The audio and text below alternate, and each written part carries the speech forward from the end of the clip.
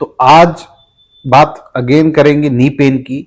तो knee pain को हम को रिलेट करते हैं इसके साथ आज एक्यूप्रेशर से। कुछ ऐसे पॉइंट्स हैं बॉडी के अंदर जो कि हमारे नी पेन को अच्छे से टारगेट कर सकते हैं। तो अगर आप इंटरेस्टेड हैं इसको जानने के लिए कि वो कौन से पॉइंट्स हैं जिससे नी पेन में काफ़ी ज़्यादा आपको रिलीफ मिलेगा, तो आज मेरे साथ बने रहिए। आगे बढ़ते हैं इन पॉइंट्स के साथ। और अगर आप मेरे चैनल पे नए हैं तो please do subscribe my channel doctor Shaz health point, ताकि आपको मेरी जो वीडियोस हैं नई से नई वो अपडेट होती रहें। तो आगे बढ़ने से पहले अगर थोड़ी सी इंट्रोडक्शन देना चाहूँगा।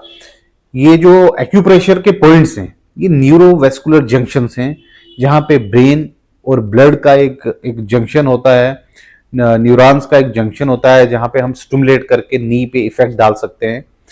तो ये बहुत ज़्यादा इफेक्टिव पॉइंट्स हैं।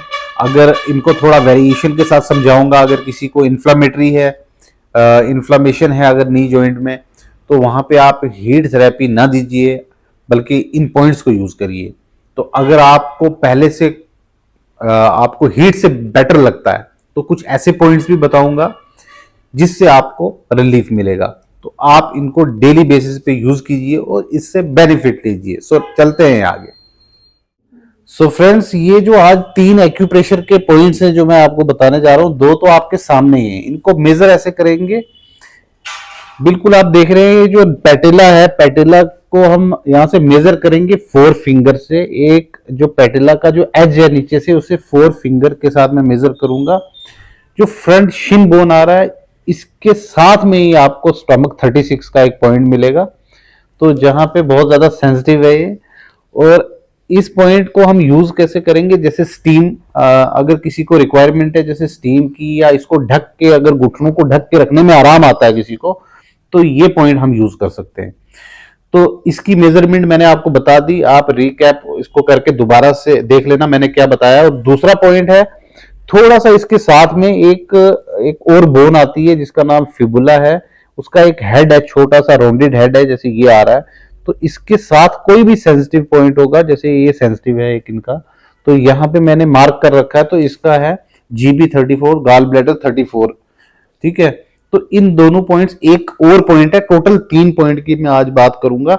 इनका स्पेसिफिक फंक्शन ये है कि अगर किसी को पेन में रिलीफ ऐसे मिलता है कि ढकने में उसको क्विल्ट रखने में आराम मिलता है, और उसको चलने में जितना मूवमेंट बढ़ेगी उसकी, तो पेन इंक्रीज होगा। तो इसका मतलब सीधा है कि वहां पे मॉइस्चर लिमिटेड, इनफ मॉइस्चर नहीं है, लुब्रिकेशन नहीं है, तो जिसकी वजह से हम इन पॉइंट्स को यूज कर सकते हैं।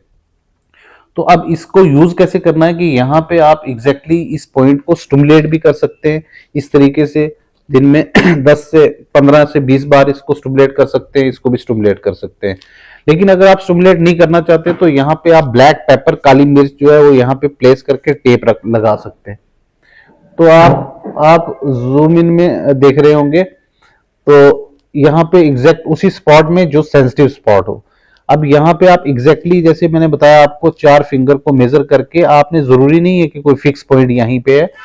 इन 4 फिंगर के बाद जो थोड़ा सा सेंसिटिव स्पॉट मिलेगा वहां पे आप ब्लैक पेपर को टेप कर सकते हैं। उसके साथ में जो GB34 है, आप गूगल करके इस पॉइंट्स को, इन पॉइंट्स को वहां से भी ले सकते हैं। और सेंसिटिव स्पॉट जो है वो एग्जैक्टली पॉइंट है, वो थोड़ा सा 1 सेंटीमीटर इधर उधर भी हो सकता है।